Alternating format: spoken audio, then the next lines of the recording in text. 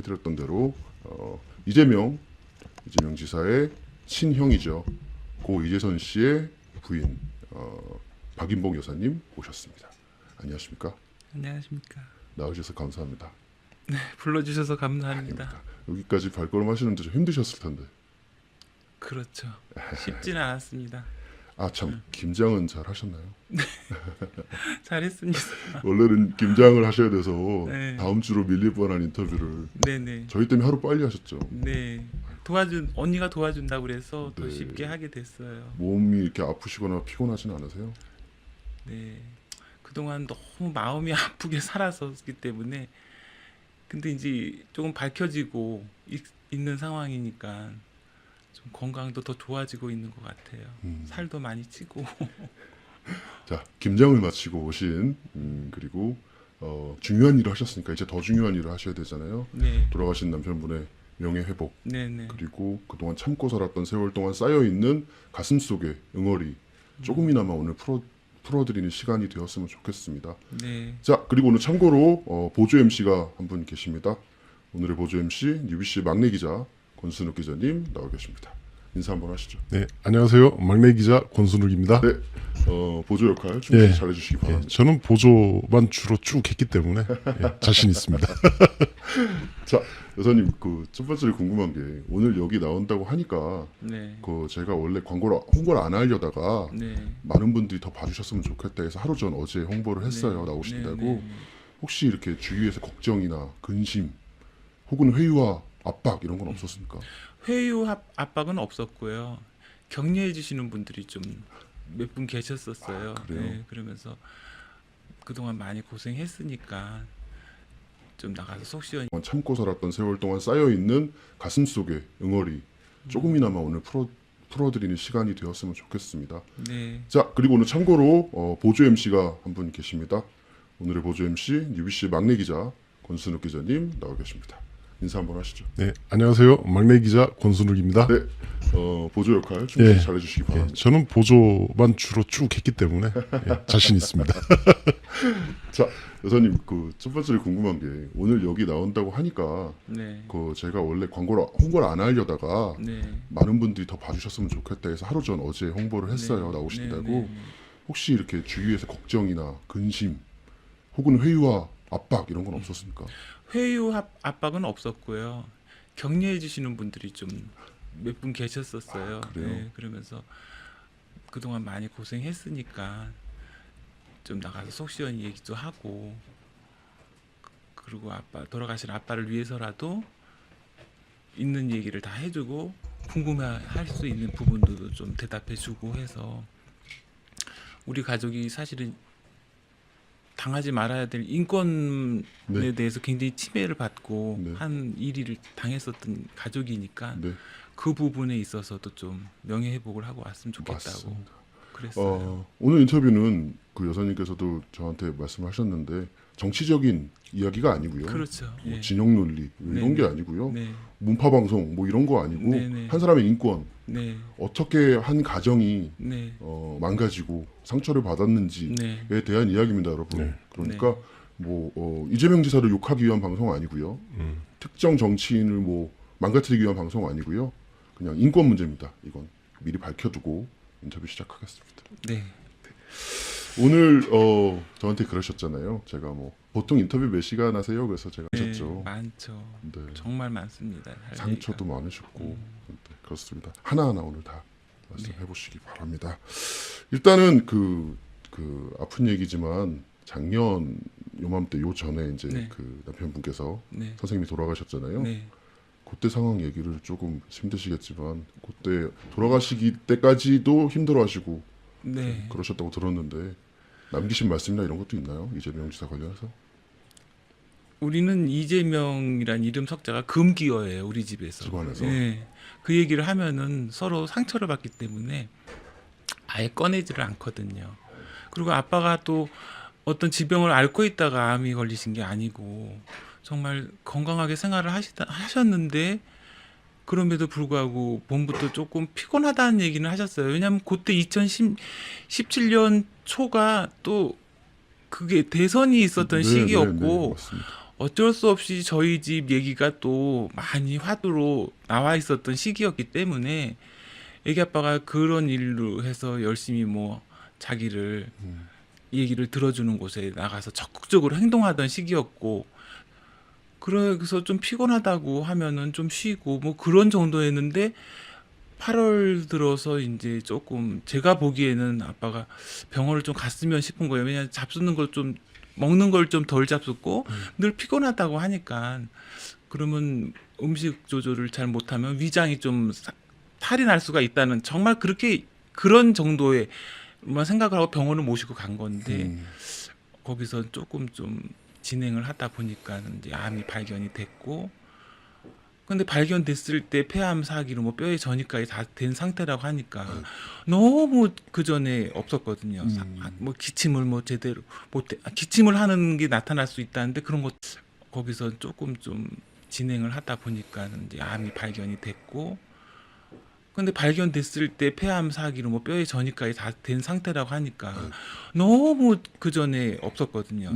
뭐 기침을 뭐 제대로 기침을 하는 게 나타날 수 있다는데 그런 것도 없었고, 정말 외관으로는 느끼지를 못했고, 본인도 아 그냥 좀 피곤할 정도지 뭐 잘 모른다고 할 정도였었는데 그랬었어요. 워낙 몇 년간 또 스트레스가 많으셨으니까 그냥 그거는 뭐 말도 못하죠. 그 스트레스는. 그래서 그 그냥 스트레스. 피곤하다라고 느끼셨나 보네요. 네네네네. 그러면서 3개월 만에 돌아가시게 된 거죠. 선거철마다 이렇게 선거철마다 가족 네, 얘기가 시동생이 나오고. 너무 유명하다 보니까 그렇게 된 것 같아요. 제가 사실은 그 흔히 말하는 욕설 파일 있지 않습니까? 네. 제가 안 들었었습니다 그동안. 아 저에 대한 막말? 뭐 모든 게 이재명 아, 지사가 하는 네네네, 욕설, 네. 뭐 김혜경이 이렇게 자녀분들에게 네네네. 했던 거 텍스트로만 보고요. 네. 들으려고 시도하다 끄고 음, 했었는데 도저히 못 듣겠더라고요. 더러워서. 네, 네. 오늘 모신다고 해서 제가 어쩔 수 없이 어제 꾹 참고 다 들었거든요. 아 그러셨어요? 네, 네. 네. 두 가지를 느꼈습니다. 일단은 너무 저질스럽다. 이재명의 욕설이. 욕은 무조건 나쁜 거긴 하지만 욕설도 급이 있는 것 같은데 아, 네, 정말 너무 상스럽다가 1번이었고 2번은 여기 나오신 여사님 얘긴데요. 너무 냉정하게 그거를 잘 받아치시는 거예요. 같이 휩쓸리지 않고. 원래 그렇게 멘탈이 저는 원래 욕을 하면서 자녀를 키워본 적도 없고, 우리 애기 아빠가 또 애들한테 한 번도 손찌검 한 번도 해보지 않은 분이고, 그렇게 욕하면서 자라지도 않았고 욕을 별로 할 일도 없었고 해보지도 않은, 진짜 평범한 사람들은 욕 안 하고 살지 않나요? 그럼요. 예. 근데 그렇게 그때는 전화 목소리 상으로는 굉장히 내가 흥분한 목소리였는데, 나는 그 전 5일 날 만나서 김혜경하고 저하고 우리 신랑하고 만나가지고 요새 일련적으로 일어나고 갑자기 2012년 4월 달부터 우리 집에 뭐 희한한 전화 오고 하다못해 이제 시동생 이재명이가 밤낮으로 전화하면서 질문 같지 않은, 밤 9시 이후에 아무리 형님 댁이라도 전화한다는 건 그거는 그럼요. 좀 예의에 급하지 않은 일은 이상은 할 일이 없는데 일부러 전화를 한 거잖아요. 그 당시에 그런 일을 겪었었기 때문에 그 막말 파일을 녹음하던 시점에도 제가 언제 녹음을 하고 살았겠어요, 우리 신랑이나 나라. 그런 거 안 하고 살아요. 그런데 그런 걸 할 수밖에 없었기 때문에 녹음을 하고 살았던 거예요, 그때. 그러면서 6월 7일 날 김혜경한테서 강제 입원권에 대한 얘기도 듣게 되잖아요. 그거 얘기 듣고 2, 3일 안 돼서 이재명한테서 전화가 애기 아빠한테 온 거예요. 그런데 그 핸드폰을 들고 애기 아빠가 수신 거부를 원래 해놨었거든. 근데 오니까 안 받는다고 하는 걸 이번엔 내가 받아보겠다. 그동안은 항상 아빠랑만 통화를 했었으니까, 그래도 너무 이상한 일이 계속 있었기 때문에 이걸 좀 나는 궁금하니까 알아봐야 되겠다. 그래서 전화를 받은 거예요. 제가 그러잖아요, 전화하면서. 도대체 왜 그러냐고. 그러니까요. 무슨 일 때문에 그러냐고. 됐- 그런데 그거에 대한 대답은 안 해주고 욕만 십몇 번을 얻어먹어서 내가 나중에는 배부르다고 그랬어. 욕 많이 먹어서. 오죽했으면 그렇게 얘기했을까, 내가. 오죽했으면. 그 전화 시점이 2012. 바로 지금 어젠가 기사가 나왔죠. 공소장에 그 전화 시점이 바로 바로 지금 어젠가 기사가 나왔죠. 공소장에 그 내용이 있습니다. 2012년 4월 달에 성남 정신건강복지센터 그 정신과 전문의 장모 씨가 우리 이재선 회계사님에 대한 정신감정 평가한 거 그걸 이재명이 연필로 수정했다는 거 아니에요. 네. 그 당시 전혀 모르셨던 일. 전혀 모르던 일이죠. 2012년 4월 2일부터 5일까지 공무원 8명이 진술서를 쓰고 그 진술서를 윤모 비서관이 취합을 해서 보건소하고 막 다니면서 우리 애기 아빠의 그 대면 진료 없는 상태에서의 그 상황을 그 진술서만 가지고 쓰게 돼요. 그러면서 조울증이 뭐 있는 거 같고 어쩌저쩌 막 이런. 그리고 그렇게 하는 것도 이상한데 4월 10일 날은 또 우리 어머니가 80 넘으신 분이 또 진술서도 쓰시고 또 몇 가지를 써. 그래서 그 형제분들이 또 4월 10일 날 또 사인도 같이 해.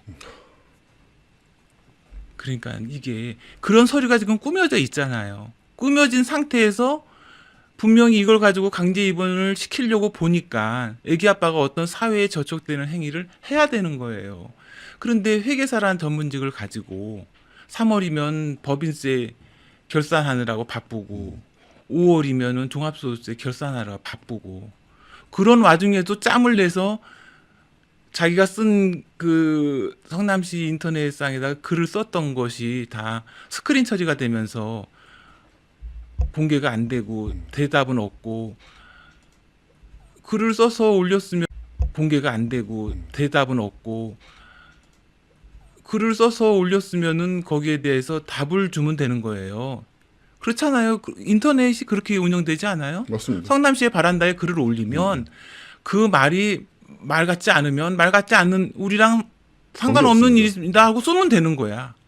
그리고 대답이 할 게 있으면은 이만저만 조치를 했습니다 하면 되는 거고. 근데 그거 적어도 다 안 하고 무조건 스크린 처리를 했잖아요. 그러니까 글을 쓰고 글로써 비판을 하는 거를 생활해온 우리 신랑 입장에서는 엄청 무시당한다고 생각을 했을 것 같아요. 그 당시에.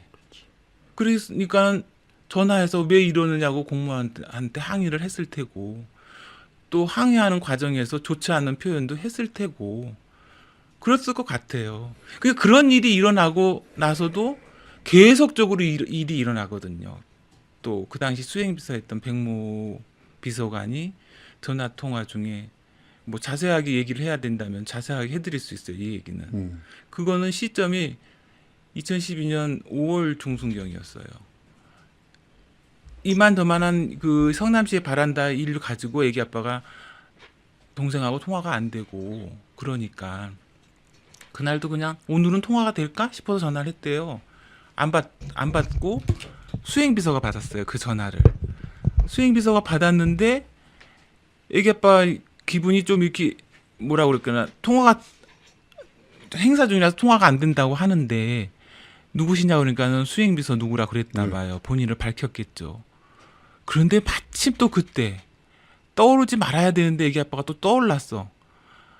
그 수행비서의 딸로 인한 현수막이 주민센터마다 성남에 있는 들었는지는 모르겠지만 여하간 이게 너무 의도적인 그렇게 붙어 있다고 이건 문제가 있는 거다라고 지적을 했는데 그게 또 떠오른 거예요. 애기 아빠.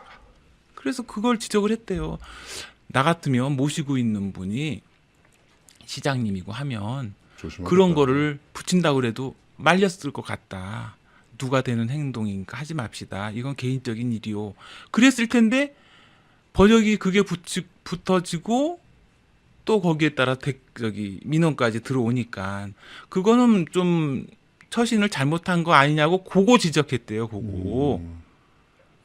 그런데 왜 그걸 가지고 자기 딸을 건드렸다고 욕을 하기 시작하니까 애기 아빠도 같이 싸웠겠죠. 뭐 욕하면서. 그럼요. 그리고 그 다음날 우리 집으로 전화가 온다니까요. 집으로요? 네. 집 전화가 왔었어요. 아빠 바꿔달라고.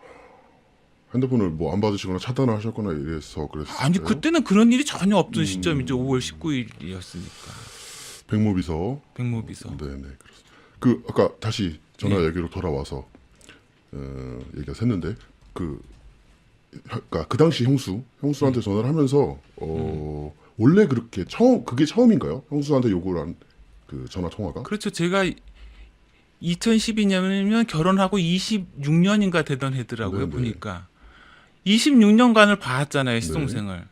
단 한 번도 저한테 욕한 적도 없고 또 욕하는 모습을 우리 가족들이 모였을 때 보여준 적도 없어요.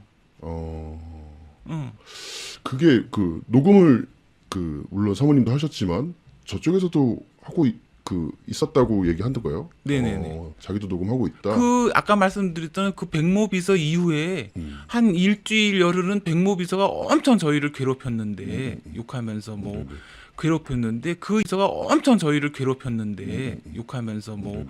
괴롭혔는데 그 이후에는 시동생인 이재명이 전화가 우리 집으로 와요. 아침 저녁으로 전화하면서 이상한 말만 해. 듣도 보지도 못한 뭐 옛날 고리장 얘기 뭐 우리 신랑 공부해서 서울대를 가려다가 하는 걸 말렸다는 둥 뭐 그게 지금 밤 10시, 11시, 12시에 와서 할 얘기는 아니지 않습니까? 뭐 술 먹고 한 건 아니고 맨정신이었나요? 우리 애기 아빠 너 술 먹었냐고도 물어봐요. 그 전화 통화에. 그런 식으로 너무 되어져 있었기 때문에 너무 이상하잖아요. 평소와 같지 않았기 때문에 동서도 만나자고 하니까 우리가 만난 거고 그 동서도 단 한 번도 우리 만나자고 전화 온 적도 없어요. 근데 그때는 전화가 와서 만나달라고 그렇게 요청을 하잖아요. 김혜경 씨 말씀하시는 거죠? 네네. 그 녹음이 아마 제가 알기로는 돌아다니고 있는 네. 걸로 알고 있는데 네, 그런 식으로 해서 만났잖아. 그 자리에서 한 얘기가 뭔데요? 그러면 동서는 정치인의 안에 그 자리가 힘든 자리다. 그렇지만 어쨌든 할 수 있느냐 열심히 해서 아빠 보필하고 나는 우리 신랑 잘 보필하고 그쪽에서 또 김혜경이도 우리한테 요구한 게 비판글 쓰지 말라고였으니까 그럼 그걸 안 쓰고 잘 지내겠다. 그러면서 헤어졌어요. 3시간 만나서.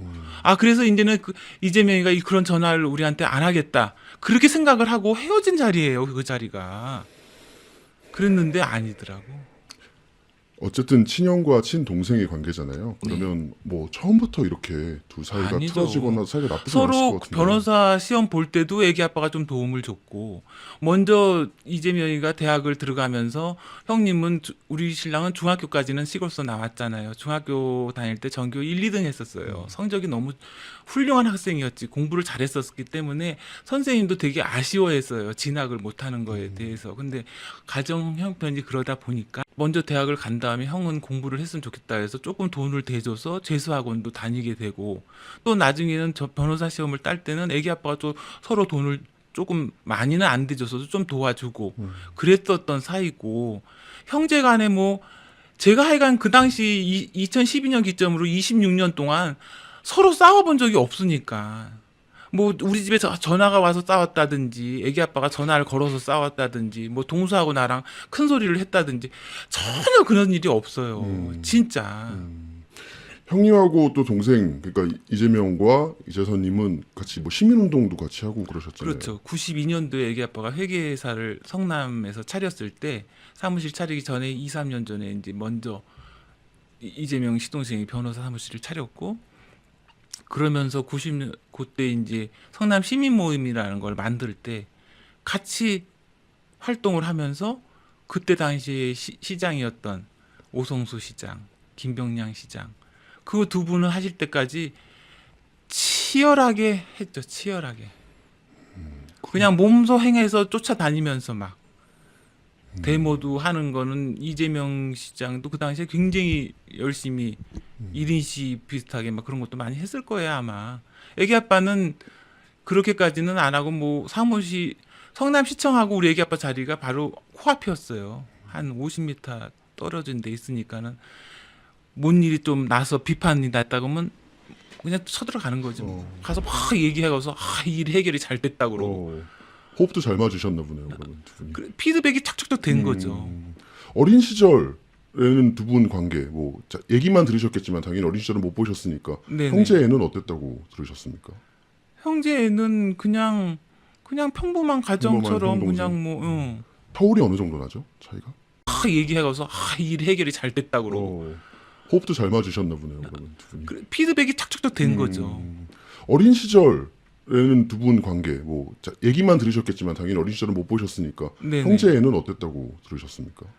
형제는 그냥 평범한 가정처럼 평범한 그냥 뭐 터울이 어느 정도 나죠? 차이가? 애기 아빠가 59년생 돼지띠고 이재선님이 59년생. 시동생은 제가 알기로는 63년생 토끼띠라고 어머니나 뭐 우리 신랑이나 시댁 식구들한테 그렇게 들었어요. 또 토끼띠. 족보책을 또 어떻게 있어서 열어보니까 거기에도 63년생으로 족보에 올라와 있더라고요. 아, 토끼띠. 근데 그 포털이나 이런 데 보면 그러면 근데 이제 나중에 재적 등본을 한번 뗄 일이 있어 떼보니까 그때는 64년생으로 되어 있더라고요. 아, 그래서 그래요? 그러면 뭐 옛날에는 다 호적 신고를 좀 늦게 출생 신고를 늦게 늦게도 하죠. 하잖아요. 그래서 네네네. 그랬나 보다 하고 지나치지만 우리 시댁에서는 63년생으로 알고 있어요. 어머님이라든가 뭐 이렇게 형제분 예, 저도 그렇게 알고 있었습니다. 제가 갑자기 뭐가 하나 슥 스쳐가는데 예. 예전에 그 여배우 스캔들이 났을 때 아. 토끼띠라는 말을 네네네. 했는데 저쪽 그 이재명 지사 측 지지자들은 토끼띠 아닌데 64년생 64년생인데 우리 시장님은 토끼띠는 63년생인데 그러니까요. 그랬지. 아 뭔가 스쳐 지나갑니다. 그럼 뭐 본인이 얘기를 해줬나 보죠. 뭐 제가 김부선 씨를 얘기해본 적은 없으니까. 네, 그러네요. 뭐 그냥 그렇다는 얘기입니다. 그래서 왜 토끼띠라고 착각을 했을까라고 얘기했는데 그랬을 수도 있겠네요. 어머님한테 들으셨다니까 뭐. 네, 저희 시댁은 그래서 63년생으로 알고 있었어요. 저도 그래서 63년생으로 알고 있었고. 아, 빠졌던 퍼즐이 뭐 좀 맞춰지는 것 같습니다.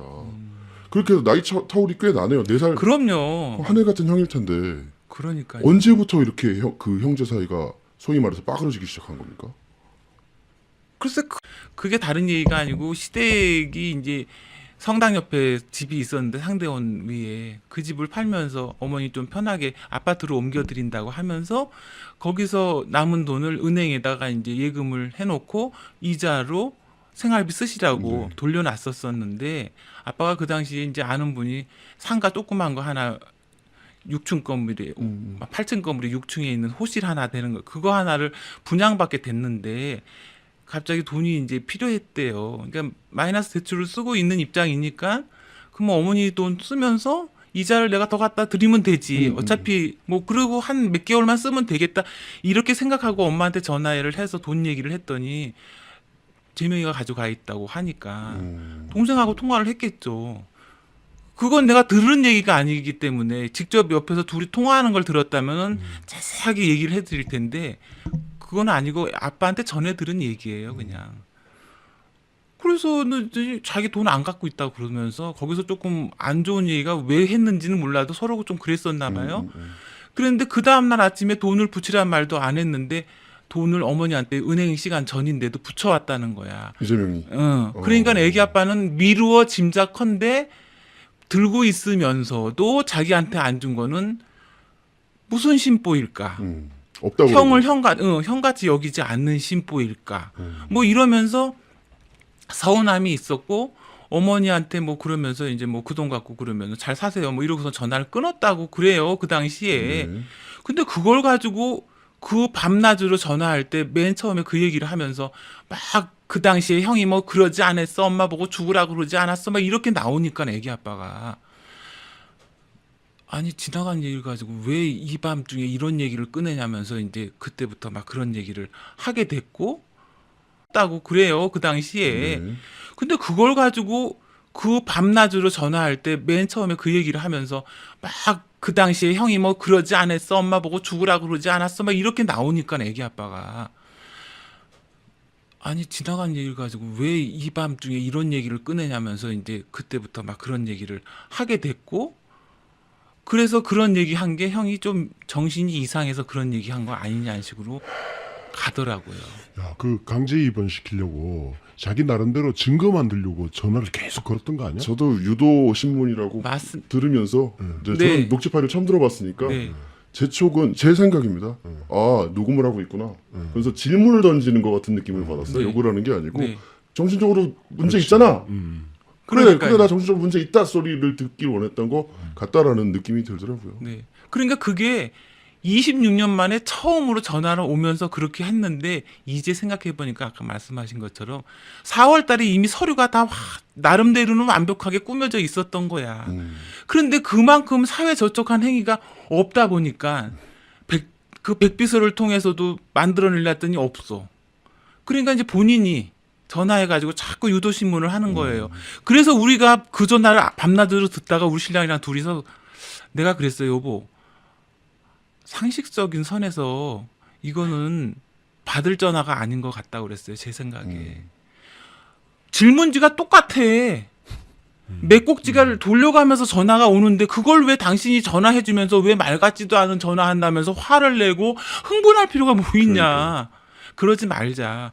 그래가지고 6월 2일 날부터는 또 3박 5일 우리가 중국 여행을 가요. 직원들 데리고. 물론 갈 수도 있는 형편이 안 됐음에도 불구하고 나는 피해 보려고. 마주쳐야 소리가 나니까. 우리가 전화 통화했을 때 통화가 안 됐었기 때문에 어머니 집에도 찾아갔던 거예요. 우리 신랑인데 그걸로 100m 접근 금지도 걸었잖아. 나중엔 존속 협박으로도 이용해 먹고.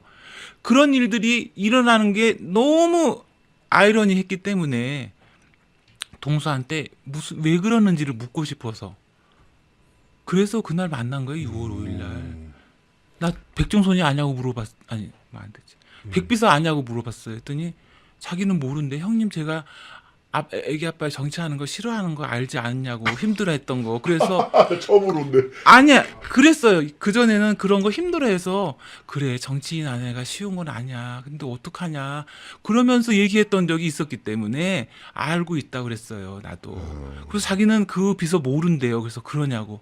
근데 그 비서가 우리를 얼마나 괴롭히고 죽인다 살린다 협박했고 이런 일이 왜 일어나고 있는지 나는 모른다 했더니 대뜸 나한테 물어본 거는 우리한테 첫 질문이 김부선 얘기 물어봤었어. 아 정말요? 네. 아주버님이 혹시 그에 대한 댓글을 쓰시지 않았냐고. 그래서 애기 아빠가 나는 내 아이디가 책 읽기다. 찾아봐라. 나는 그 사건에 대해서는 알고 있는 게 없기 때문에 한 번도 거론한 적이 없다. 그렇게 얘기를 하더라고요. 그랬더니 그러면 그렇죠. 아주버님 책도 많이 읽고 똑똑하신 분이 그런 거 하실 리가 없다고 자기는 생각을 한대. 그러니까 나는 이제 그 다음에 내 얘기 하는 거죠. 왜 백비서는 그렇게 하고 동호 아빠는 또 왜 우리 집에 맨날 전화해대느냐. 제발 좀 그것 좀 말려달라. 그랬더니 댓글 저기 비판하는 글 좀 안 써주시면 좋겠다고. 그런 얘기 했어요. 그런 얘기.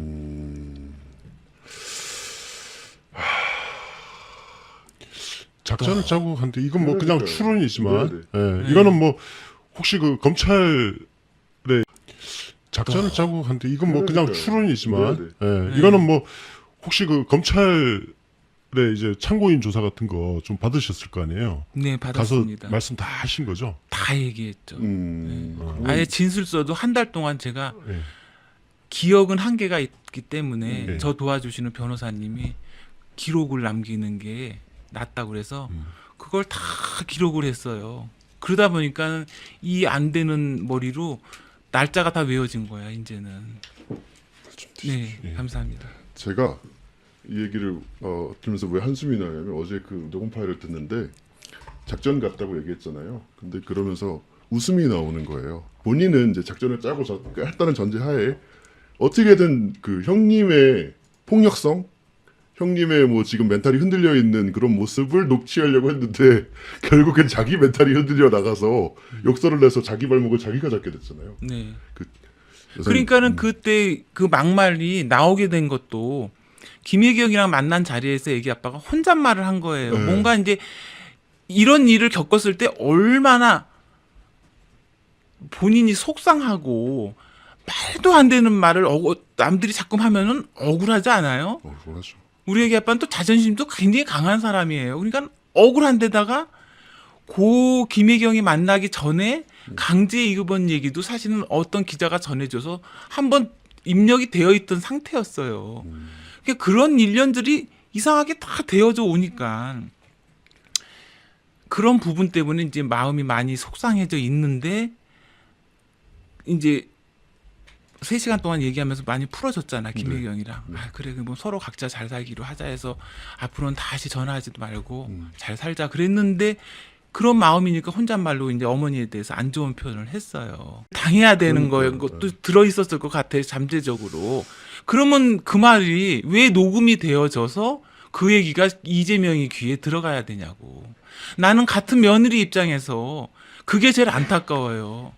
우리 시댁이 아빠들 성격이 뭐 한 성격 하는 거는 알고 있잖아. 본인도 알고 나도 아는. 김혜경이도 알고 나도 알아. 며느리 입장에서. 집안 형제분들이 대부분 성격이 비슷하신가요? 그렇죠. 다혈질 약간. 핏줄이 예. 있어. 아, 그 우리 피가 뭐 집도 그래. 우리 집도 그래요. 우리 아버님보다도 아버님의 아버님. 그러니까 우리 애기 아빠한테는 할아버지가 할아버지. 되잖아. 그 할아버님 성격이 대단하셨대. 그래서 동네에서 그분을 말리는 분이 없었다고 그러셨고 그 할아버지 집에 가서 혼나면은 오줌도 찔끔찔끔 지릴 정도로 굉장히 엄하셨다는 얘기를 아빠가 해준 적이 있어요. 근데 아버님은 뭐 그 정도는 아니에요. 굉장히 선비 스타일이었어. 유하신 분이었던 것 같아. 이제 호불호는 강했을지언정. 그 내력이 있겠지. 그러니까 우리 집 며느리 다섯은 입조심이 아, 최고예요. 그래요? 그냥 서로 그냥 말을 많이 하면 말이라는 거는 전달하게 되면 꼭 하나씩 더 붙게 되더라고. 맞죠. 그러니까 괴로우니까 그런 거를 아예 차단하기 위해서 입 꼭 다물고 정말 예의 바른 얘기. 꼭 남한테 해가 되지 않는 선에서만 얘기하지 크게 뭐 분란을 일으키는 일이 전혀 없었거든요. 김혜경 씨는 근데 그런데 왜 김혜경이는 이걸 의도하고 녹음을 해갔냐고. 본인 우리가 그 당시에 녹음할 때도 야 우리끼리 언제 녹음하고 살았냐 녹음하지 말자 그래서 우리는 녹음 안 했어요. 그때 혜경이가 핸드폰을 들고 이렇게 덮어놓은 거야 그 상위에. 그래서 난 그런가 보다 했어. 무지했던 거지 제가. 그 당시에 녹음하는 걸 눈치를 못 채셨어요? 못 챘어요. 설마 그랬을까? 그렇죠. 내가 안 한다고 해서 우리는 안 하니까 보다 했어. 무지했던 거지 제가.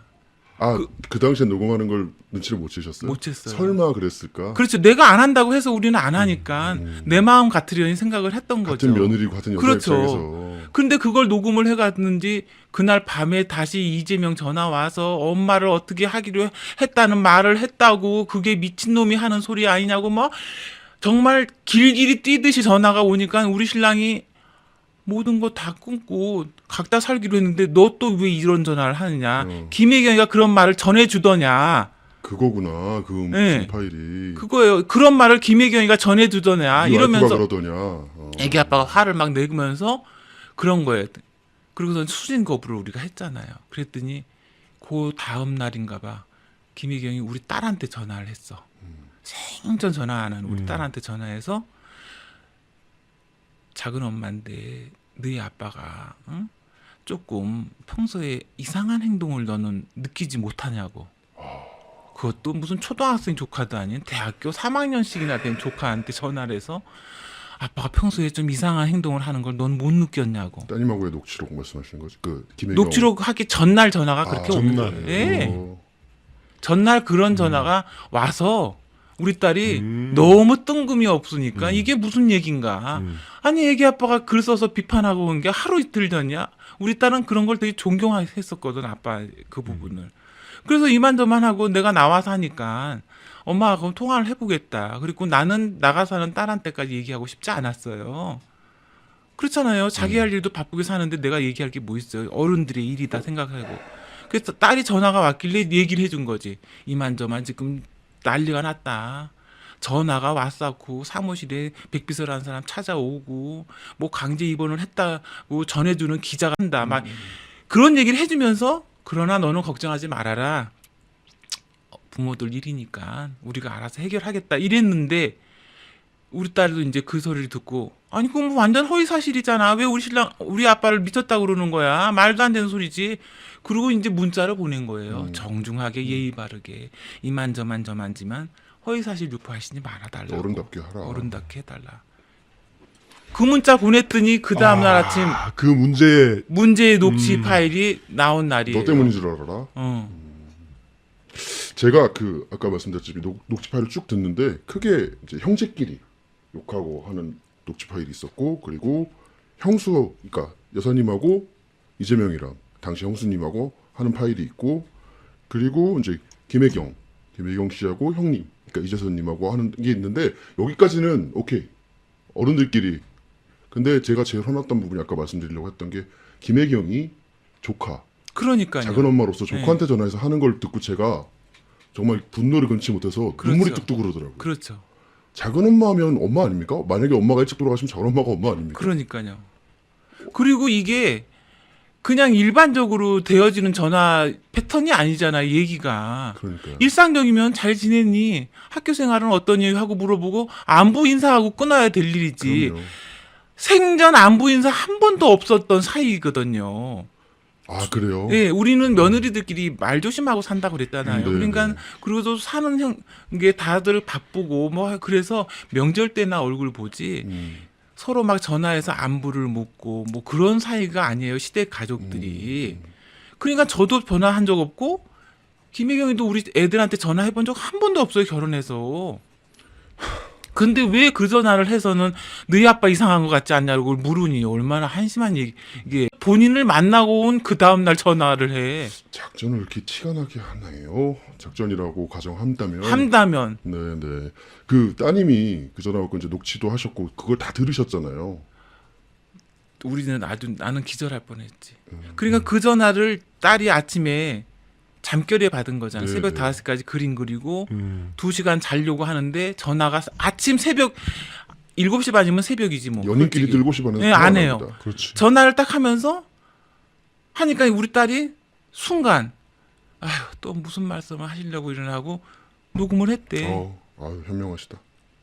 무슨 말씀을 하시려고 그러나 어깃장 놓는 무슨 말을 또 만들겠구나 싶어서 그래서 녹음을 바로 했다는 녹음을 거예요. 했군요. 그렇죠. 제가 그 따님하고 예. 지금 기록을 보니까 8월 달에 제가 네네. 따님하고 메신저를 했더라고요. 제가 그래서 그 녹음 파일을 제가 그 팟캐스트에서 한번 틀었었거든요. 네. 예. 그 김혜경 씨가 너 때문에 따님한테 네 그 작은 아버지가 그 정신병원 병원 막았는데 했는데 마감인데 뭐 되면 너 때문인 줄 알아라. 뭐 맞아요. 그런 녹음이잖아요. 네. 그래서 제가 8월 달에 따님한테 메신저로 대화를 좀 했어요. 네. 직접 한번 출연해서 네. 그때 이야기를 좀 해주시면 어떨까 그러셨어요? 요청했는데 그때 이제 어머님하고 상의를 하셨나 봐요. 그때 이제 신혼이고 해가지고 네. 조금 나중에 하기로 했는데 네. 그 따님이 그때 그 녹음 파일 이제 들려주셨을 때 진짜 기함하셨다고 그랬잖아요. 아우 기절할 그러면 뻔했죠. 그 뒤에 거기에 대해서 어떻게 뭐 그러니까 대응 이제- 조치 같은 거. 네, 그러니까 녹음 파일을 듣고는 아 강제 입원 시도가 진짜 이게 진행되어지는 일을 듣고는 아 강제 입원 시도가 진짜 이게 진행되어지는 일이라는 걸 그때 이제 우리가 깨닫게 되는 거예요. 그 전에 들었을 때는 우리 신랑이 내 동생이 그럴 리가 없다. 아 내 동생은 그런 동생이 아니다라고 설마 하셨구나. 부인을 하고 되려 그 밑에서 사무장 했던 이모 씨라는 분한테 성남 아트센터에서 근무하는 그분도 만나서 혹시 내 동생이 그런 잘못을 저지르라고 하면 측근들이 말려라. 이건 있을 수도 없는 얘기고 이러면서 그런 얘기하고 왔다고 나는 전에 들었거든요. 그런데 지금 이 얘기가 내 동서한테서 나오잖아요. 생각해 보세요. 저가 일반적인 사람이 강제 입원이라는 그런 단어가 그렇게 막 튀어나오는 말이 얘기인가요? 안 되죠. 저는 생전 처음 들었어요. 저도 처음 그때 들어봤습니다. 강제 입원이니 뭐 강제 그런 얘기는 생전 처음 듣는 얘기를 왜 그 아침에 전화 통화해서 우리 딸한테 하냐고. 그러니까 그거는 다분히 이런 일이 있었구나, 시도하고 있구나를 그때 깨달았는데 지금 이제 2018년에 와서 보니까 서류가 다 꾸며져 있던 시기가 2016년 4월 달이었다는 거지. 아, 그래서 그랬었던 거구나. 착착착 진행이 돼서 그때부터 이제 조심해야 되겠다는 생각을 해서 애기 아빠 사무실에요. CCTV도 설치를 하고 출입문도 저기 원래는 식으로 잠그는 게 없었어요. 잡상인이 오면은 귀찮긴 해도 그냥 살았는데 이제는 안 되겠더라고. 통제를 해야 되겠다 생각해서 잠금 장치를 달고 그리고 웬만하면은 이게 모르는 분이 거래처도 아니면 모르는 분이 만나자고 할 수도 있잖아요. 네네네. 그럼 그런 거는 직원들한테 얘기해서 좀 거절을 시키고 그런 조치만 하고 애기 아빠는 나는 이런 일을 당했다.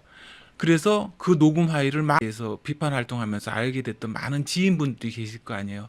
많은 기자들도 있을 거고 시의원들도 있을 거고 하여간 정치에 조금 신경 쓰고 네. 있다는 분들을 너무 많이 알고 계시니까 그런 분들에다가 다 돌렸어. 지금 이재명 시장이 이런 일을 벌이고 있다. 그랬더니 그걸 가지고 유포금지 가처분을 바로 하더라고요. 그러려고 복고 온 네. 것도 아닐 텐데 말입니다. 그리고는 중요한 막말이 그때 나오잖아요. 또 지금 이재명 그 강제 입원 소리 우리 딸하고 한 게 6월 7일 날이에요. 정확하게. 2012년 6월 7일. 그러면 이재명이가 저한테 전화했을 때는 고거에서부터 한 3일 안 되는 음. 10일 이전 일이에요. 그래서 그 대화 내용을 들어보시면 물론 욕만 하지만 제가 하는 얘기가 묻는 얘기가 있잖아요. 만약에 그 대화 내용에서 단 한 번이라도 형수가 엄마를 때렸기 때문에 형수 큰일 나쁜 사람이요. 형이 엄마를 때렸기 때문에 나쁜 사람 폐륜이요. 막 이런 소리는 그 전화 통화 내용이 아마 없을 거예요. 없을 수밖에 없지. 없을 수밖에 없어. 그때는 우리 신랑이 한 얘기는 엄마를 좀 그렇게 하늘이 무너지는 심정으로 표현한 그 말밖에 없어. 그러니까 제명이는 그 얘기만 하면서 형님 바꿔달라고 그래서 내가 도대체 무슨 의도로 그러냐고 그 얘기 묻다가 욕만 그렇게 얻어먹은 거거든요. 의도대로 안 되니까 그냥 예. 바로 성질대로 욕을 예. 하는 거죠. 예. 그러니까 그 6월이 지금 뉴스 나오고 있잖아요. 브라질 출장 중에 그렇죠. 그 분당 보건소장한테 왜 입원을 못 시키냐고. 세 차례나 걸쳐가지고 네. 독촉 전화를 한 거예요. 네네네. 강제 입원, 네네. 독촉 전화. 그리고 그 6월이 얼마나 이상한 6월이냐면요. 그런 지금 김혜경 만난 것도 그렇지만 전화 강제 입원 소리 전화도 그렇지 이재명 나한테 와서 전화 막 욕한 것도 그렇지 그 다음에는 무슨 일이냐면 문자가 엄청나게 와요. 이재명, 김혜경, 백모 씨 수행비서가 돌아가면서 완전히 병이라고 이제 지칭을 해. 조울증. 나는 조울증 전문 용어도 몰라. 조울증에 피해 망상에 과대 망상에 해가지고 붕어라고 붕어 IQ래 우리가.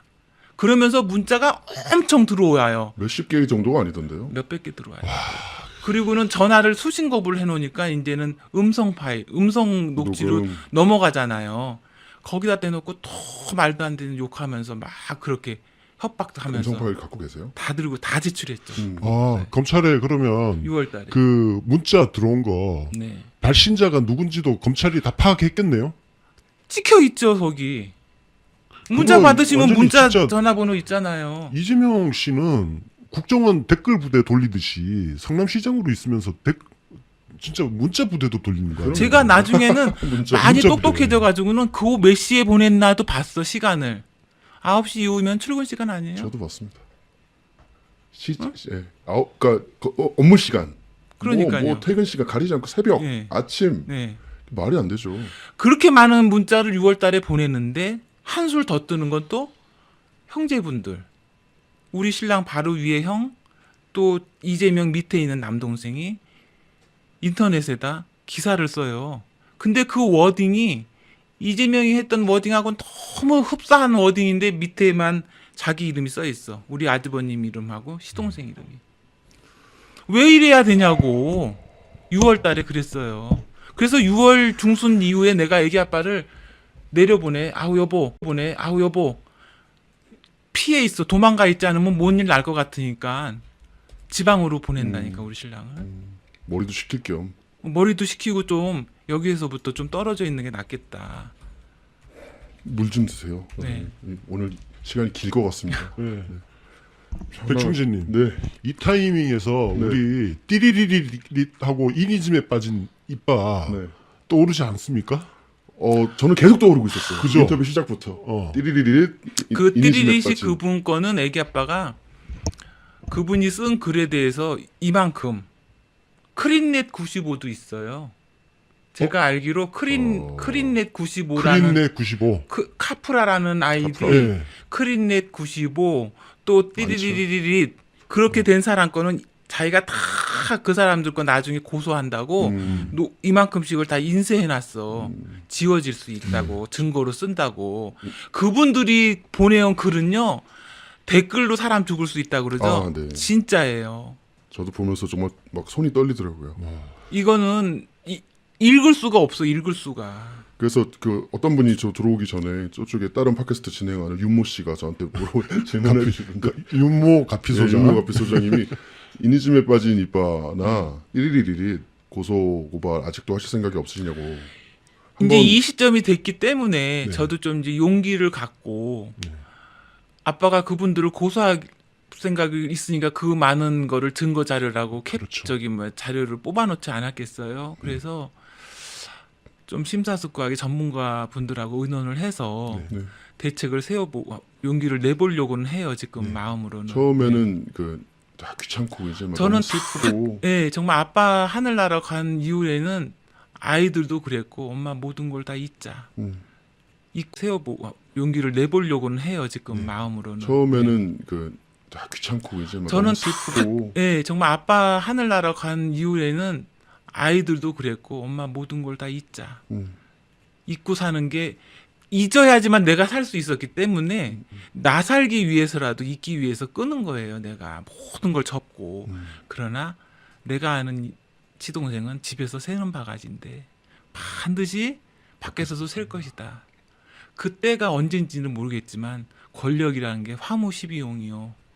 아시잖아요. 건불 10년. 네. 역사가 얘기해주지 않냐고요. 그러니까 반드시 진실이 드러나게 됐을 때까지는 참고 기다리겠다. 걔보다 하루 더 살겠다는 마음을 내가 갖고 진짜 난 진짜 그런 마음이었다니까. 걔보다 내가 하루만 더 살면 되잖아. 더 오래 사셔야죠. 그렇게 마음을 먹었다는 거지. 네, 네. 가진 힘이 없어서. 고소고발을 이제 안 하시겠다고 했는데 이제는 뭐 네, 이제는 네. 네. 드디어 바가지가 새고 있지 않습니까? 정의를 바로 세워야죠. 맞아요. 맞습니다. 이런 분들을 지금 여러분 보시면서 어떤 생각을 하십니까?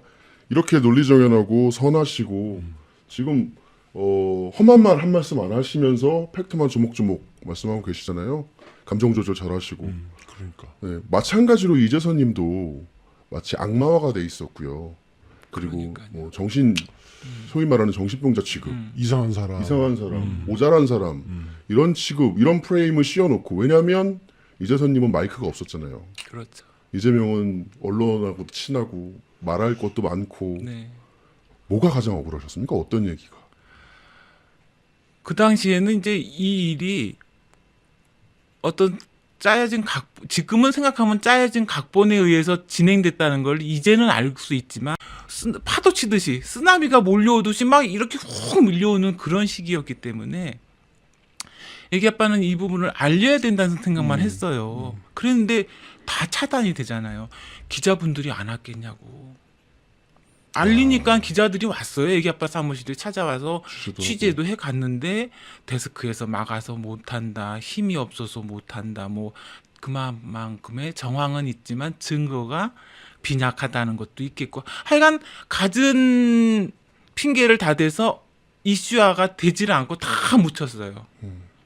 다 묻혀. 6월 달에 그렇게 우리가 힘들었는데 다 묻혀서 나중에 생각한 게 내가 여보 어머니한테 가서 왜냐면은 무슨 뭐 가족이 회의를 했다며 우리 애기 아빠가 미친 사람이기 때문에 치료받아야 된다는 걸 가족이 회의했다니까 나는 그 말을 믿지도 않겠지만은 어머니한테 전화를 하고 찾아뵙겠다고.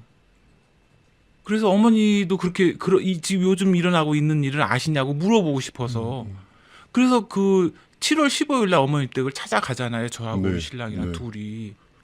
뭐, 어머니 반응은 어떠셨어요? 나는 아무것도 모른다지 뭐. 그러니까 더 지금 생각해보면 화가 나. 4월 10일 날 썼잖아 진술서 본인이 막 우리 아들 조울증 환자고 한 사람만 공격하는 그런 패턴을 갖고 있다며. 나는 그런 워딩 우리 어머니한테 들어본 적도 없어. 그 연세의 패턴이란 어딘가. 그러니까. 한 사람만 집중적으로 공격하는 그런 게 있대 우리 신랑이 평소에. 그러니까- 나는 듣도 보지도 못한 얘기예요. 그러니까 그 어머님 진술서라는 것도 보면 사실 80 노인이 쓰실 단어들이 아니에요. 그걸 모를까요? 이재명이 그 만약에 불러줬다면 불러주면서 그걸 몰랐을까요? 이런 워딩으로 하면 의심받는다는 거. 그걸 모를까요? 이재명이 그 만약에 불러줬다면 불러주면서 그걸 몰랐을까요? 이런 워딩으로 하면 의심받는다는 거. 야, 잠깐. 기자, 언론들도 다 외면해. 가족들도 사실상 그죠? 다 이재명. 그래도 이재명은 시장이고 네. 뭐 나름 이제 한 끝발 하는 사람이니까 아마 그랬을 것 같아요. 예, 인지상정이야. 그렇죠. 그러면 우리 이재선 회계사님 네티즌들까지 외면하고. 미 느꼈을 그 고립감 이런 거 정말 상상이 그거는 안 될 말도 것 같아요. 못하죠. 애기 아빠가 그렇게 많이 6월 19일 날은 시의회 게시판에까지 내가 지금 이런 상황에 처해 있고 이런 녹음 파일까지 보내니 좀 들어보시고 지금 당신들이 모시고 있는 성남시장이 이렇게 한 개인의 인권을 처참히 짓밟고 있는데 왜 이거에 대해서 아무 말도 못하냐 이거야. 그렇잖아요. 애기 아빠를 그분들이 모르냐? 시의원 한 번만 하시겠냐고 3선, 4선, 2, 3 막 몇 번씩 하시는 분들을 애기 아빠를 다 알아요. 성남이라는 도시에서 도시에서 같이 애기 아빠는 활동했으니까. 다 안다고. 그러면 내가 이런 일을 당하고 있다 그러면 아니 이게 옳든지 그르든지 알아봐야 된다는 말이라도 해줘야 되는 게 그 사회에 가치 있는 사람들이 할 도리 아니에요. 시의원들이고 뭐고. 어른으로서 정치인으로서 뭐 그런데 그런 분들이 다 외면을 하고 입을 다물니까 우리 신랑이 내가 알았던 사람들은 어떤 사람들인가 이러는 거죠. 국민을 위해서 시민을 위해서 정치를 한다는 그분들은 내가 알았던 분들인데 누굴 위해서 했나 이거야. 내가 지금 이렇게 당하고 있는데. 그렇습니다. 입으로만 인권 얘기하고. 이거 얘기하니까 또 적어도 시의원 이야기 나오니까 민주당 이야기도 안 할 수가 없을 것 같아요. 그때 저희가 알기 또 적어도 시의원 이야기 나오니까 민주당 이야기도 안 할 수가 없을 것 같아요. 그때 저희가 알기로는 그 우리 이재선 회계사님이 뭐 민주당의 그 지역구 국회의원인 김태년 의원이라든지 이런 사람들 찾아가서 하소연하고 했다 그런 이야기가 있던데요. 전화도 하고 뭐 그분한테도 인터넷 그거 보냈다고 그랬어요. 그거 우리 녹음 막말 파일 시장이 동생이 나한테 이러고 있다. 막말 파일에 아무 무대응 무대형. 아무 말도 안 해. 어떻게 해서 그분이 국회의원 자리 얻게 되신 뭐 그런 비하인드 얘기가 지역에 돌 거 아니에요. 네. 다 알고 있음에도 불구하고 하여간 네. 무대응. 전선이 민주당으로 펼쳐지고 있습니다. 일단은. 아니 이건 다 정당의 문제가 아니에요. 이거는 인권의 진실의 문제이기 때문에 문제예요. 정당 이야기는 상관없어요. 그거는. 왜냐하면 이때가 이해찬 당대표 시절이었고 김태년이 그때 비서실장이었어. 이건 우리가 짚어놓고 가야 돼요. 이건 역사의 기록을 남기고 가야 되는 거예요. 예. 그래서 굉장히 그 상처가 컸었어요. 그런 분들이 바른 소리 한 번을 못 하고 어떻게 성남시가 이렇게까지 응? 됐나 해가지고 애기 아빠가 그런 부분에서도 그러고 가족들이 또 다른 것도 아니 멀쩡한 사람을 미친 사람 모는데 어디 가서 얘기해요? 맞습니다. 그러니까 그건 어떻게 말로 표현을 못해. 성남에 오래 사셨잖아요. 그렇죠. 애기 아빠 오래 살았죠. 그럼 성남 시민들도 다 알고 있는 이야기인데도 못했다는 거는 네, 그만큼 이재명의 영향력이 막강했다는 이야기인데 성남 내에서. 그랬겠죠. 혹시 그 영화 보셨습니까? 아수라라는 영화? 저는 그거 딸이 보고 와서 너무 망한 영화잖아요. 네. 성남시하고 연관을 아무도 안 시켰고 저게 이재명 지사가 비슷하다는 얘기도 안 했는데 그때 이미 따님은 보시고 우리 딸은 그랬어요. 엄마 너무 우리 얘기다. 엄마 이거 보면은 상처 받으니까 안 된다고 그랬어요. 이 아수라가 언제 개봉한 거예요? 이게 한 3년 됐죠? 아수라? 그러니까 이게 이재명 이야기다라는 얘기가 나오기도 전에 이미 따님은 영화 보고 오셔서 2016년 9월에 개봉했네요. 그렇죠. 한 2년 됐네요. 그러니까 그때 당시만 해도 뭐 이재명은 싫어할 비토신화가 있긴 했지만 지금처럼 막 맞아요. 불타지 않았으니까요. 상상도 못했죠. 오히려 그때는 각광받는 맞죠. 정치인이었죠. 맞죠. 아니 2017년에 대선 주자였으니까. 그러니까 근데 아까도 얘기하다가 말했지만 지금 6월달에 지금 어마어마한 일을 저희가 계속 지금 네. 그러니까 속된 말 당하고 있는 거죠. 네. 일방적으로 당하고 있는데 이걸 좀 어머니한테도 알려서 형제간의 일로 보인다면은 나는 말리고 싶은 입장이었기 때문에 통제를 어떻게 시키려면 어른의 힘이 필요하다 생각해서 어머니 댁을 간 거예요.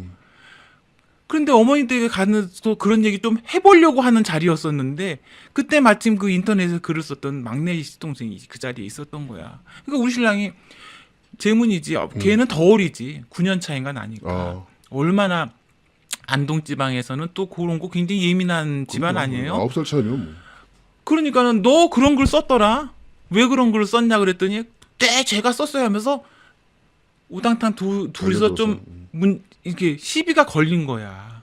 그래서 막 둘이 안방으로 붙고 나는 우리 신랑을 붙잡고 재문이는 시동생 시누이가 있었으니까 시누이가 붙잡고 말리고 그게 26년 만에 처음 일어났었던 일인데 그런 일이 일어나면은 나나 우리 시누이가 말리지 않고 우리 어머니가 싸워라고 등을 밀겠냐고 일반 가정 시동생 시누이가 있었으니까 시누이가 붙잡고 말리고 그게 26년 만에 처음 일어났었던 일인데 그런 일이 일어나면은 나나 우리 시누이가 말리지 않고 우리 어머니가 싸워라고 등을 밀겠냐고 일반 가정집에서 말이 안 되죠. 말이 안 되죠. 그러니까 서로 말리다가 툭탁하다가 끝나고 애기 아빠랑 해보고 싶은 말도 못 해보고 그냥 오는 길이었는데 또 전화가 오는 거예요. 이재명한테. 집안을 다 때려 부셨다는 둥 어머니가 때려서 지금 병원에 입원돼서 있다는 둥 녹취겠죠 뭐. 내가 그 현장에 있었던 사람인데 자기는 그래서 보지도 못한 거잖아요. 그렇죠. 우리는 여기 깨물려 가지고 한 달 동안 치료도 받았어도 이걸 가지고 진단서 하나 뗄 줄도 몰랐어. 깨물렸다고. 막내가 우리를 아. 깨물고 나가면서 막내 시동생이 그때 투닥할 때 깨물고 나가면서 다시는 형님 안 본다고 이러고 뛰쳐나가면서 이제 조금 투닥거리는 게 없어졌는데 그걸로 또 존속 폭행이라고 고소하리라고는 생각도 못한 거예요. 아니 법을 어떻게 배운 거야. 아니 그게 26년 만에 그런 걸 얘기하러 간 자리에서 설사 불미스러운 일이 있었다고 해도 그게 고소되고 폭행했다고 고소돼야 될 일이에요? 제가 오늘 진짜 냉정을 나는 유지하려고 그 하는데 안 되네. 충격에 우리 신랑이 고소를 했다고? 우리 엄마가 나를? 형사가 집 앞에 오니까 주차장에서 기다리고 있어. 중앙경찰서 형사가 봉고차 타고 와서 존속 폭행 현행범으로 경찰서에 가셔야 된다고. 그날 돌아오는 길에요? 그 당일날.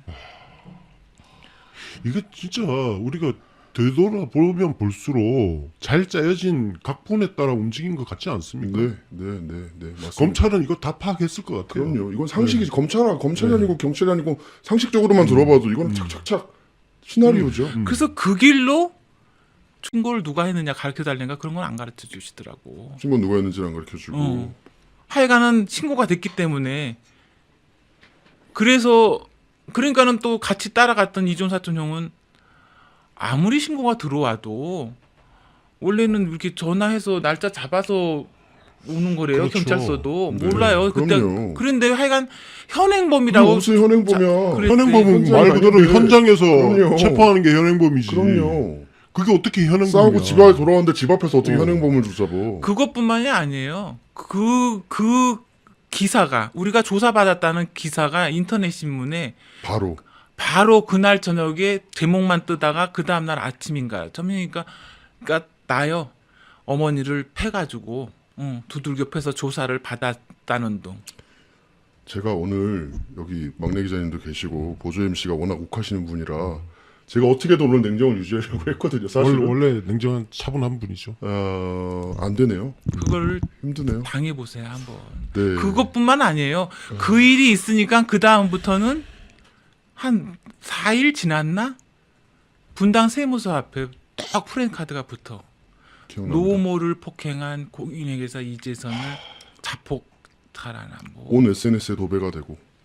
그게 분당 세무서 앞에 붙고 또 6월 달에는 어떤 게 돌아다녔냐면은 우리 애기 아빠가 그런 사람이었다고 해서 세무회계 사무소에 전단지가 돌려져. 파렴치범이라고. 어머.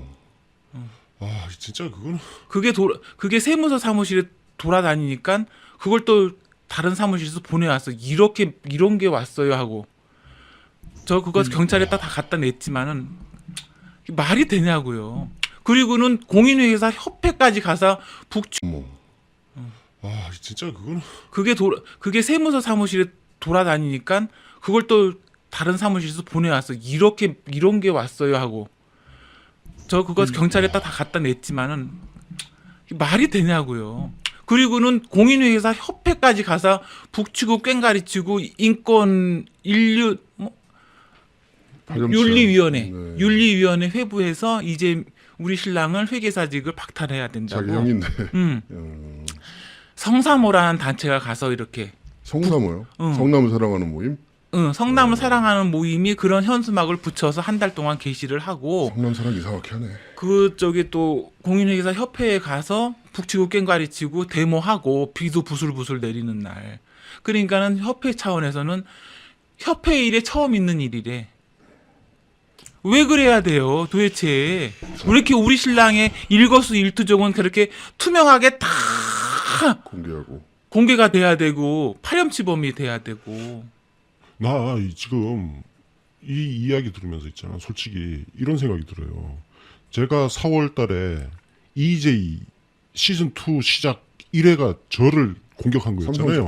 삼성 특집 이런 걸고 진짜 그 한 편을 털어서 저를 공격했잖아요. 그게 어쩌면은 사실 이건 그냥 추론이에요. 나도 김어준식 음모론을 한번 제기를 합니다. 합리적 추론.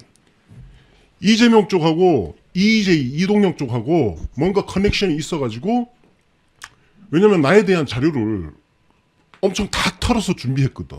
그래서 짜깁기 막 왜곡 발췌를 해가지고 1시간짜리 만든 거란 말이야. 그럼 EJ에서 직접 그거를 옛날 나 막 한 10년 전 막 그것까지 다 뒤져서 했을까? 왠지 이재명 쪽에서 작업을 했지 않을까? 뭐 그런 추측. 그리고 거기 인터넷 뭐 담당하던 공무원이었어요. 하여튼 김지호도 EJ에 후원금 쐈다 하면서 인증샷 올리고 왠지 나도 그렇게 당한 것 같다는 의심을 합리적 추론. 김어준식으로 해봅니다. 지금 누누이 말씀드리지만 이게 다 2012년 4월부터 시작된 일이에요. 4월부터 그때 뭐 공무원 움직인 건 우리는 저는 몰랐던 상황이지만 하여간 5월, 6월 그렇게 이상한 일이 나고 7월 15일 어머니 집에 간 그것마저도 그런 식으로 되고 고소가 되고 막 그랬잖아요. 네. 그러니까 아주 그냥 좋다. 거기까지도 좀 이해했다 쳐. 아직 모르고 거기까지 당했다고도 쳐요. 그런데 더 웃긴 거는요.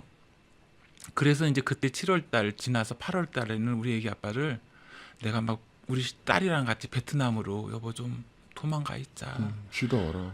이렇게 되다가는 살 수가 없겠다. 우리는 권력도 없고 저 사람은 시장이라는 감투를 쓰고선 이렇게 공격을 해오니 아무도 우리 얘기 어떡하겠냐. 안 들어주고. 우리 얘기 들어주는 데는 아무것도 없고 당신은 그것 때문에 스트레스 받아서 매일 잠도 못 자고 살고 하니 그래서 우리 딸하고 베트남을 보냈어요.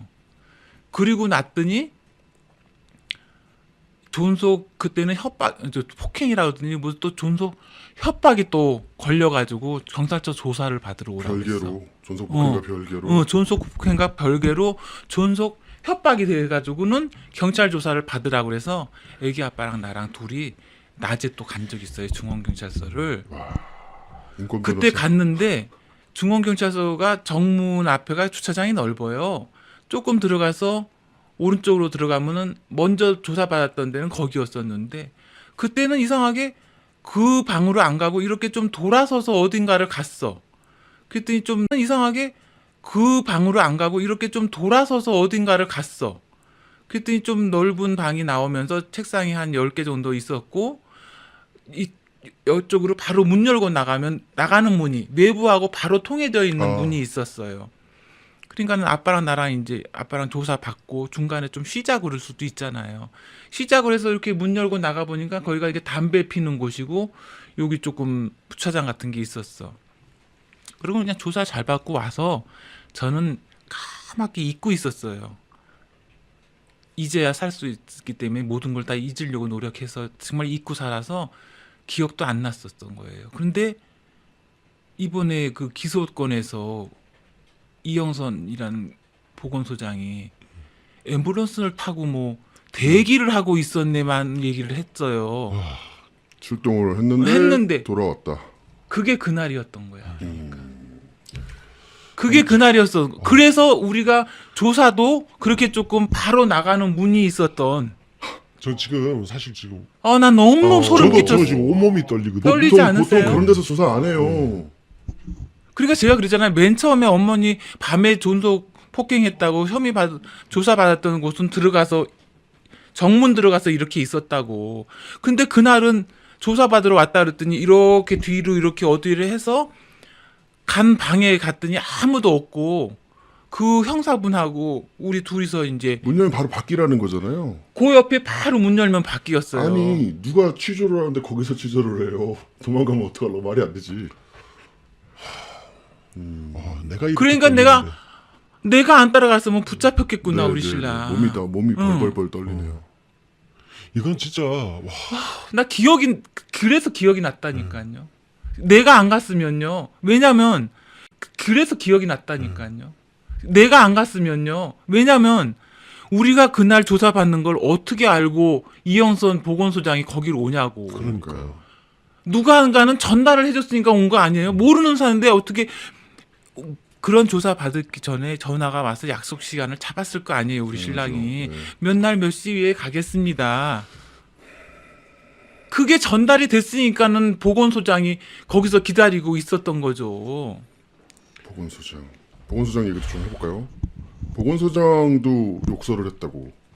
보건소장 얘기는 애기 아빠가 김혜경이 얘기하기 전에 누가 전달해줘서 들었다고 그랬잖아요. 네, 그럼 우리 신랑이 전화 안 하겠어요?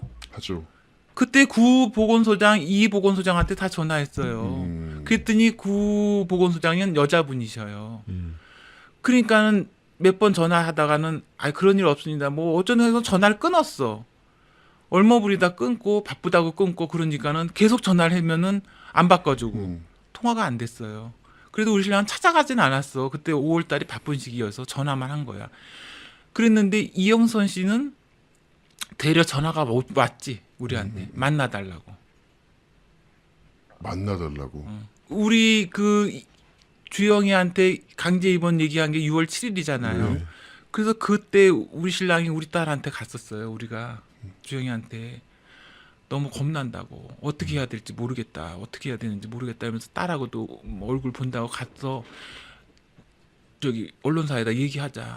녹취 파일이 있으니까 못할 게 뭐 있냐 이제 애기 아빠는 게 단순하게 생각을 한 거야. 순수하시게 생각하는 우리는 정말 단순하게 생각한 거예요. 증거가 있는데 이런 거는 인권이기 때문에 밝혀줄 것이다. 정의가 살아있는 사회이기 때문에 그렇게 생각하고 그때 딸이랑 동아일보도 찾아가고 조선일보도 찾아가는 하여간 힘없는 어려 보이는 분이 나와서 위에 얘기를 듣고는 명함 주고 뭐 하여튼 위에다 얘기는 해보고 전화 드리겠습니다 녹취도 하고는 드렸고요.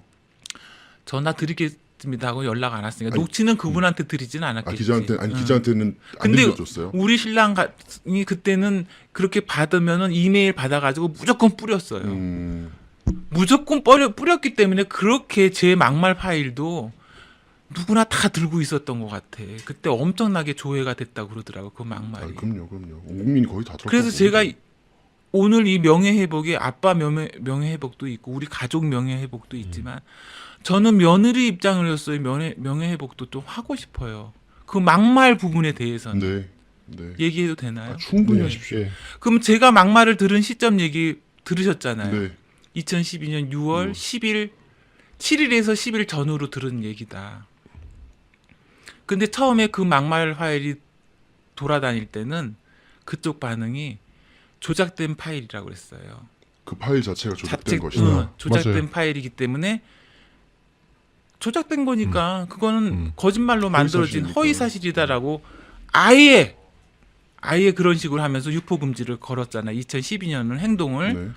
근데 이제 2014년에 지방선거가 다시 있으면서 그때는 애기 아빠가 교통사고까지 나서 이제 드러누워 계신 그때 상황이었지만 그거는 우리 집 일이지 이재명 측에서는 이재명하고 또 반대되는 쪽에서는 저에게 막말했던 그 부분이 막 올라오는 거예요. 스물스물 올라와. 그러니까 이제 이재명 측에서도 그 막말에 대해서 변명을 해야 될 거 아니에요. 여기서 또 거짓 변명이 또 나와요.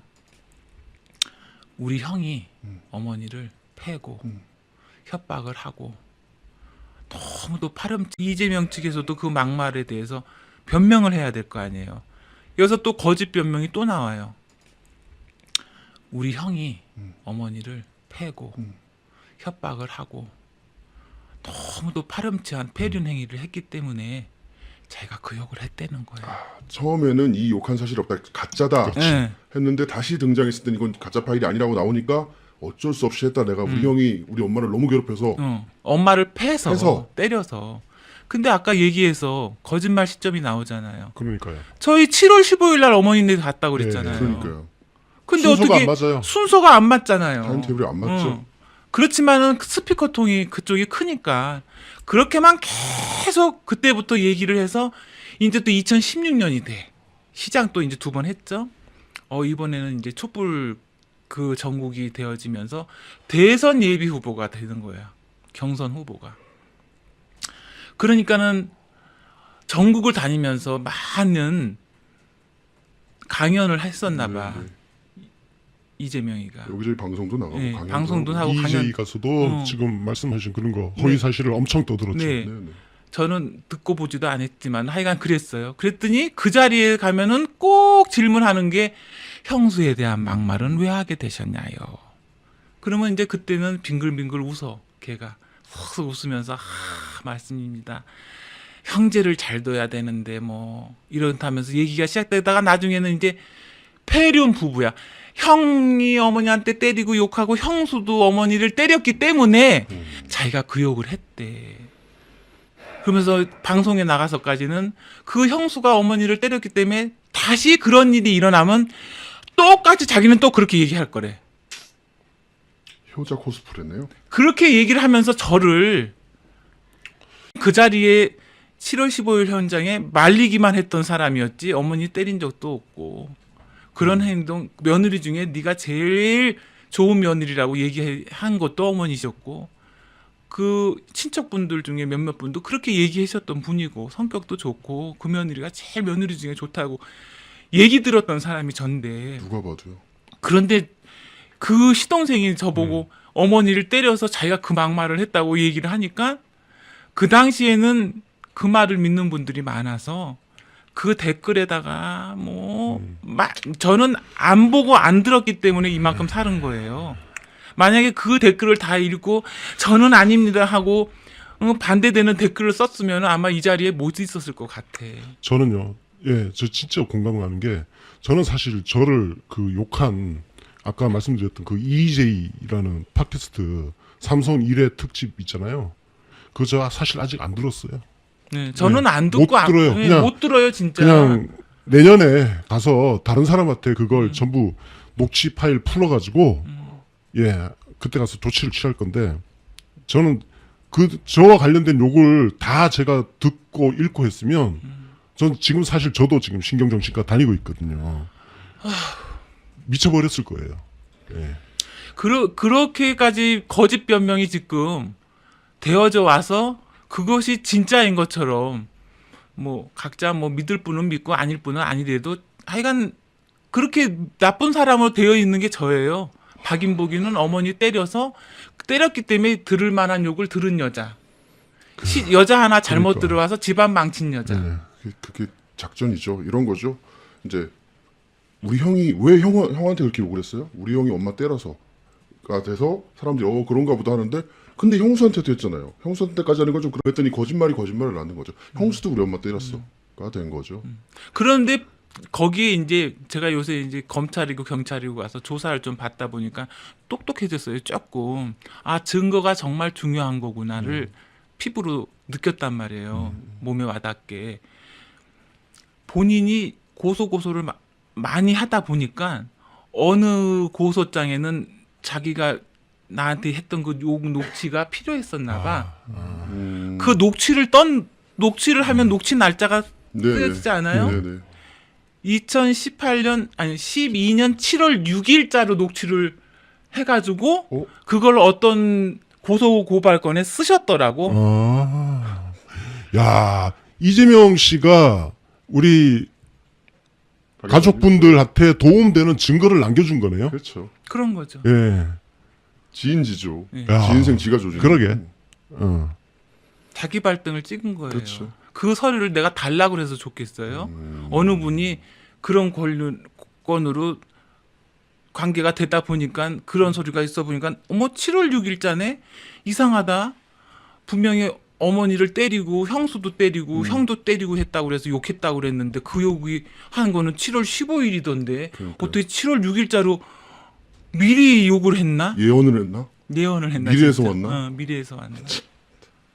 야, 이재명 그러고 보니까 지난번에 우리 모동이 성남일보 모동이 네. 대표님 나오셨을 때 그때 서석구 변호사한테 이재명과 관련된 자료를 팩스 얘기했더니 택배로 보내줬다고 그랬잖아요. 팩스로 보낼 수 없는 양이어서 판보따리가 이만큼이었다. 근데 알고 보니까 그 자료 원출처가 이재명 본인이었던 거예요. 그러니까 이재명은 자기가 어디서 뭘 어떻게 했는지도 정리가 안 돼 있는 거야. 그러니까 그렇죠. 자기한테 유리한지 불리한지 이것들 판별할 상황이 안 되는 거예요. 사법고 실장 제가 여기 오늘 와서 이렇게 제가 하고 싶은 말씀을 할 수 있게 자리를 깔아줄 수 있었던 그 이유도 생각해 보면 저는 신의 영역이 있다고 생각을 해요. 그렇게 우리 신랑은 목숨 바쳐서 자기 하고 당했다고 이게 내 말이 진실이라는 얘기를 그렇게 외쳤지만은 끝내는 밝혀지지 못하고 돌아가셨잖아요. 네. 그러면 남겨져 있는 우리 가족들은 계란으로 파헤치는 심정이잖아요. 지금 우리는 왜 얘기 안 했냐고? 왜 얘기 안 했겠어? 많이 했지. 하셨죠. 아무도 들어주지 않았죠. 다 묻혔다는 거잖아요. 왜냐면은 믿기 어려운 얘기라서도 있을 수 같아. 그 일반적으로 일반적으로 상상할 수 없는 거기 때문에 과연 그게 맞는 말이야? 일어날 수 있는 일이야 해서 의심이 가고 그랬기 때문에 그랬을 것 같아요. 상식이 안 맞으니까. 상식이 안 맞으니까 그래. 상식이 안 맞아서. 그랬는데 이재명이 정치를 8년 이상 지금 뭐 9년 10년째 하고 있지만 그 사이에 본인이 본의 아니게 선의의 거짓말도 했을 것이고 또 악의의 거짓말도 했을 거예요. 참말말 해야 되는데 했을 거라고. 근데 그것이 처음에는 모래알 만했을 것 같아. 네. 근데 그 모래알이 막 하다 보니까 눈덩이처럼 눈덩이처럼 빠바바바바 산처럼 올라가더니 하늘에 닿은 것 같아 이게. 자기 본인도 이제는 하늘에 닿았어요. 그러니까 네, 네. 애기 아빠가 하늘에서 힘을 쓴 것 같아 내 생각에는. 아하. 그래서 신의 영역이 있다. 제가 하고 싶었다고도 안 되고 아빠도 못했던 일이 결국 못 보시고 돌아가시게 될 아우 거죠. 그 서류도 못 봤어요. 나는 못 본 걸 정말 다행으로 생각해요. 그것까지 봤으면 아빠는 못 살았을 것 같아. 돌아가시면서는 따로 이렇게 남기신 말씀은 없어요. 용서 못 한다고는 했어요. 그때 큰 누님은 안 알렸는데도 불구하고 어떻게 소문을 듣고 오셔가지고 용서를 구해서 그래 누나는 용서해 준다고 그랬어. 아 돌아가시기 전에 만났어요. 네, 병원에 오셔서기 때문에 용서해 준다고 그랬는데 둘째 아주버님이나 이재명이나 뭐 하여간 용서 못 한다고. 그렇지만 너희는 그냥 잊고 우리 아들 보고는 좋아하는 일 하면서 행복하게 살으라고 그러고. 복수심 같은 거 같죠. 행복하게 살아라. 너 좋아하는 일 하면서 행복하게 살고 뭐 우리 딸은 이제 결혼을 앞두고 있는 이제 신랑도 있었으니 사위도 있으니까 잘 살으라 그러고. 자녀분들 얘기 나왔으니까 아까 문자 작은 엄마라는 네, 사람이 네, 그렇게 하고 네. 어렸잖아요. 그렇죠. 아드님은 더 어렸고 그렇죠. 따님은 20대 초반. 그래서 당시. 딸한테는 얘기할 수가 있는 게 있었지만은 아들은 그런 거를 감당하기에는 너무 어린 나이였던 네, 것 네. 같아요. 고3이었고 그 다음에 1년은 또 재수를 했고 그 다음에 학교를 다니고 학교 다니던 시절이 2014년 시절이고 그러다 보니까 아들한테는 그냥 좀 복잡한 일이 있다 정도로만 했지 그 그죠. 세세한 내용은 아들은 몰라요. 근데 알려줄 딸은 수가 알고 없죠. 알려줄 수가 네. 없었어. 하지만 인터넷에서 워낙 떠돌고 있기 때문에 부모님한테 티는 안 냈겠지만 모를 수가 없죠. 굉장히 속상해했겠지. 모를 그렇지만 수가 그래서 없죠. 그랬잖아요. 금기어라고 우리 집은. 이재명 얘기는 금기어예요. 상처가 티는 안 안 냈어요. 아, 그러니까 자녀분들이 뭐 운다거나 아빠를 원망한다거나 인터넷을 당연히 듣고 친구들도 알 거거든요. 모를 수가 없습니다. 그걸 드러내놓고 저한테 표현은 안 했어요. 속이 깊어서. 하여튼 여기저기 하소연도 하고 이야기를 했지만 결국 이게 전부 묻혀버렸잖아요. 그죠? 성남시에 있는 기자들도 다 묻어버리고 그 지역에 있는 사람들 사실 뭐 성남시장 정도면 성남경찰서장 그 성남지청장부터 해가지고 지역 유지라고 하는 사람들하고 가끔씩 이제 정기적으로 술 먹고 밥 먹고 하는 사이이기 때문에 사실 다 그 패거리일 거예요. 거기에다가 댓글 부대, 문자 부대 돌려가지고 온 사방에 여론전 펼쳐가지고 이재선님 완전히 정신병자 만들어 버리고 이렇게 됐으니 그 목소리가 어떻게 세상 밖으로 나올 수 있었겠습니까? 그러니까 그 2012년은 그 7월 15일 날 어머니 건으로 당한 것으로도 충격을 받는데 더 한심한 거는 그 부모 어머니나 형제분들이 오셔서 죄송합니다. 아닙니다. 천천히 하십시오. 천천히 하십시오. 괜찮습니다. 조사를 받을 때마다 우리 아들이 정신이 이상해서 그런 일이 일어난 것 같다고 진술을 한다는 거예요. 얼마나 기가 막힌 일이에요. 검찰 조사를 그 당시 2012년에도 받았어요. 나는 참고인으로 받고 아빠는 이제 피의자라고 받았겠죠. 막 참고인 조사 받으러 갔을 때 그 검사 조사관님이 한참 내 얘기를 듣더니 저는 자세도 생각나. 갑자기 이러시면서 이렇게 의자를 밀면서 정말 뭐 별거 아닌 일인데 왜 이 일이 물컵 좀 주세요. 왜 이런 일로 여기 오셨는지 모르겠다고 의아해했으니까 그 조사관님이 저도 그랬고 그래 일로 여기 오셨는지 모르겠다고 의아해했으니까 그 조사관님이 저도 그랬고 그래가지고는 불기소 처분이 나기 전에 과정에 검사가 하도 정신병 때문에 일어난 일이라고 가족들이 오면 얘기를 하니 우리는 아니라고 아무리 얘기해도 뭐가 돼야죠. 그래서 막 병원 진료 같은 거 떼볼 수 있잖아요. 건강 요양진단. 내가 그러면 신경치료를 받은 적이 있느냐 하는 거 10년치를 떼봐도 없어. 당연히 없지. 안 갔으니까 단 한 번도. 나는 알고 있고 다 알고 있어도 객관화 시켜야 되기 때문에 그런 서류도 갖다 내요. 그런데도 불구하고 검사님이 그러면 한번 정신감정을 받아보셨으면 좋겠다고. 그래서 실제로 그런지 대면 진단을. 그래서 신경정신과를 갈 수는 없고 왜냐하면 정신과를 한 번 가서 누가 얘기를 해주나요? 그래서 심리치료학 거기 하는 데를 가도 되냐고 보니까 거기 가도 된다고 그래서 거기를 가서 12월 달에 조사를 받고 와요. 그것도 굉장히 심층적인 조사를 하는 곳인가 봐. 아빠 혼자 물론 가셨지만은 오랜 시간 조사하고 오셔서 그걸 심리학적 평가서를 받아와요. 거기 아니라고 써 있잖아요. 그래서 그거 제출을 하고 그리고선 불기소가 나면서 그냥 약식 명령? 네. 벌금이나 그냥 내고 마세요. 이런 식으로 받게 되는데 그거 받고도 우리가 사실 똑똑했으면 억울하다.